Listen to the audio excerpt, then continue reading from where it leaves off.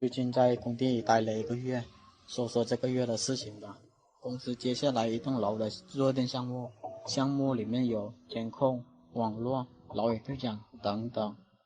老板和我说，平常就我最辛苦了，给我安排一个美差吧，就是把那些网络、电视、电话面板给安上去就行了。他和我说，过去就是拧几个螺丝而已，几分钟一个，我一个人完全可以搞定这300多套房的。当时我心里想，是个美差，可以答应下来。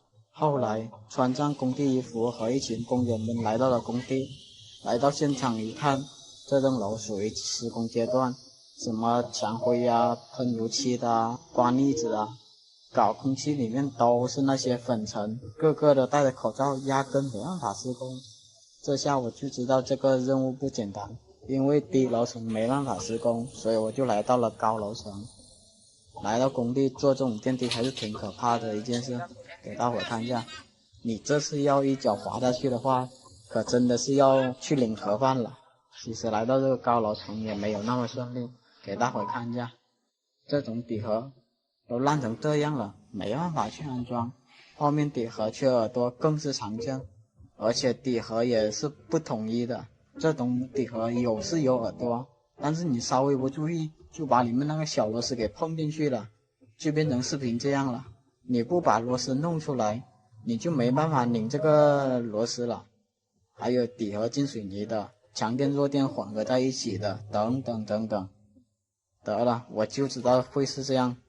老板一般不轻易派我去执行简单的任务的，他肯定知道这里的情况，所以我遇到了这些问题，我简单的和他说一下，剩下的事肯定是我来解决呗。毕竟老板花钱是让你替他解决问题的，而不是碰到问题又把问题丢给他，对不对？第一天过来只准备了简单工具，那么我这边只能看一下现有的条件能解决哪些就解决哪些咯。后面遇到有水泥的清水泥，遇到烂底盒的就记录下来，后期安排一个水泥工给我补上。做多了经验就来了，遇到这种耳朵歪的，我用螺丝转几圈，然后就可以把它掰正了。至于烂底盒的话，这边我就用水泥把它给修复好了。没办法，谁叫咱是苦命的打工人呢？干到中途的时候，我朋友打电话过来说来我这里吃个饭，我就知道他又没钱了。但是我没想到的是，他已经饿了好几天了，吃饭的时候还得加饭才能吃饱。正好工地里缺人，我问他愿不愿意来工地里面跟我一起干事，他这边想了想，还是非常愿意的进来。于是我就把他带到工地里干活了。我安排他安装这种面板，其实是没有什么技术含量的。这期间我也培训过他了，觉得这种已经很简单了，他应该是可以胜任的。我就去做其他的事情了。后面上来检查给大伙看一下，他给我打的这些网络面板。这个至于为什么没有上完，一看他把这个螺丝打滑了。要知道，螺丝一旦打滑，就拧不紧也弄不出来了。然后再看一下下一个是什么情况吧。这个螺丝倒是没有打滑，他却把螺丝碰进去了。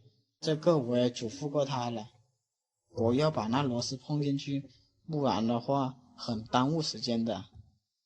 第3个他倒是装上去了，可是面板上的太歪了，我只好把它拆下来，然后摆正。最后检查发现问题还是挺多的，大伙看一下吧。这个网线是没有压到位导致的，他打了1个下午，也就安装了19个，但是添的乱子也是够多的，所以这边的话我也不打算留他了。大伙觉得他才第1次做，做得不好，我为什么不再给他一次机会，对不对？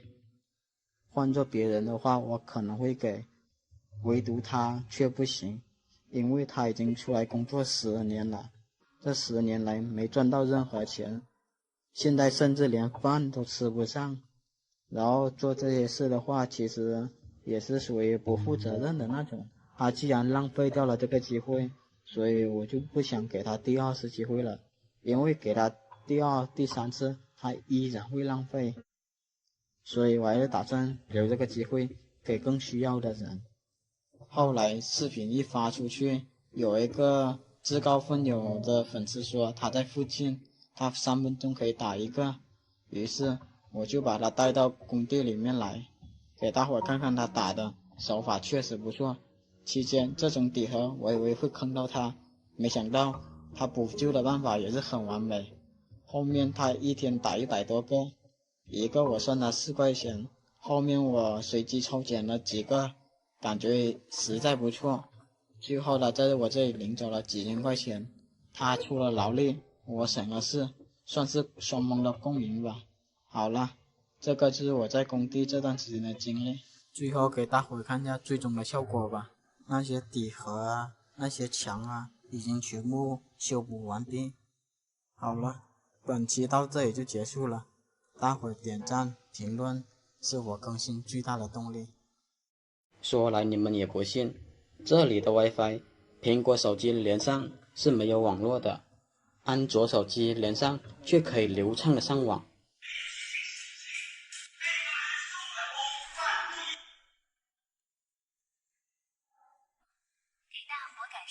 安卓刷视频倒是可以，根本播放不了，根本没有网络线路。事情是这样的，一个同行说他的客户经常喊 WiFi 卡得很，喊我过去帮他看一看，走吧。接下来就看看我日常怎么检修网络的吧。这里，对 WiFi， 哪里的 WiFi 不行了？他那里 WiFi 怎么了？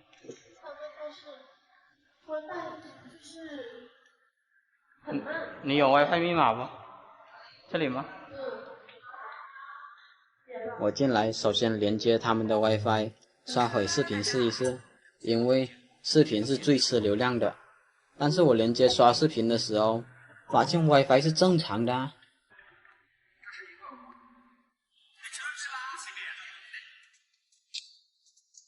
大伙看着一点都不卡，于是我把他喊了过来。等下 WiFi 有什么问题吗？我连了下正常啊。正常吗？正常啊。不错啊。可以再退出来，再试一个。退哪个？我打开 WiFi 列表的时候，发现他们这里有2个近乎一样的 WiFi 名称。我连上这个 WiFi 发现一点网络都没有，可能他们说的就是这个 WiFi 吧。那么我就明白了，原来这2个 WiFi 密码一样，名称也是几乎一样。可能有些人连到这个没有网络的 WiFi 了，所以就经常喊网络卡顿吧。那么问题来了，该怎么找到这个 WiFi 设备呢？这么多路由器，你又怎么知道这个信号是不是这个设备发射的呢？也不是。哎呦，一下搞得无从下手哦。因为职业的毛病，我每次连上别人家的 WiFi 就喜欢进别人的后台。我这里只能说进入后台看看它是什么牌子的吧，这样最好找了。这里我教大伙怎么进入它的后台吧。首先连接上这个 WiFi， 点击旁边的感叹号图标，这里可以看到自己的手机 IP 地址，点击 IP 设置，选择静态，这样路由器的后台地址就知道了。知道了 IP 地址后，你要改回来，否则你手机连 WiFi 就可能不正常了。然后打开浏览器，输入刚才的路由器 IP 地址。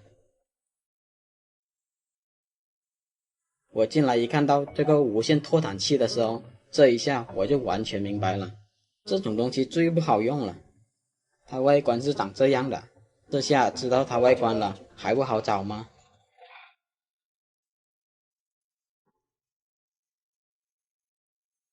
但是我还是找了半天，还真的找不到这个小东西。罢了，既然这个房间有2个重复的 WiFi 了，避免别人再次连接错，我进入后台把它关了不就行了。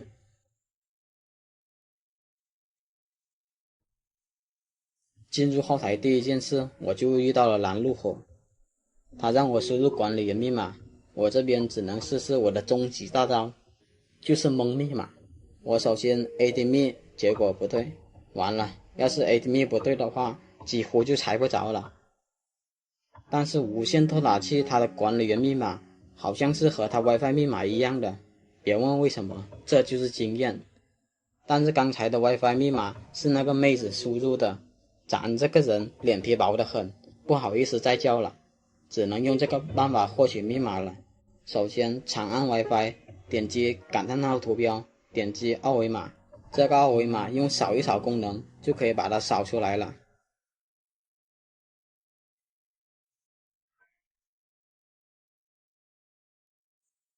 扫完后我就复制密码，再次进入后台，粘填密码，果然进去了。我点击跳转电脑版，找到无线设置，把那个无线广播给去掉。好了，这样 WiFi 就给关掉了。接下来就只剩这 WiFi 了。我再次连接它刷视频，看看是否正常。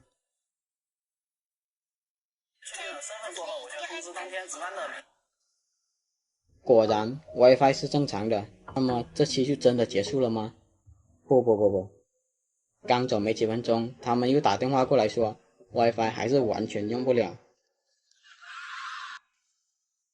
他们还发了视频给我看，我看了他们连接的 WiFi 名称，确实是我之前连接的 WiFi 啊，为什么就用不了呢？难道他们连的是假 WiFi 不成？这下我脑海里多了一种恰似曾相识的感觉，因为之前我也遇到过这种情况，苹果手机连接 WiFi 用不了，安卓连接 WiFi 却可以用。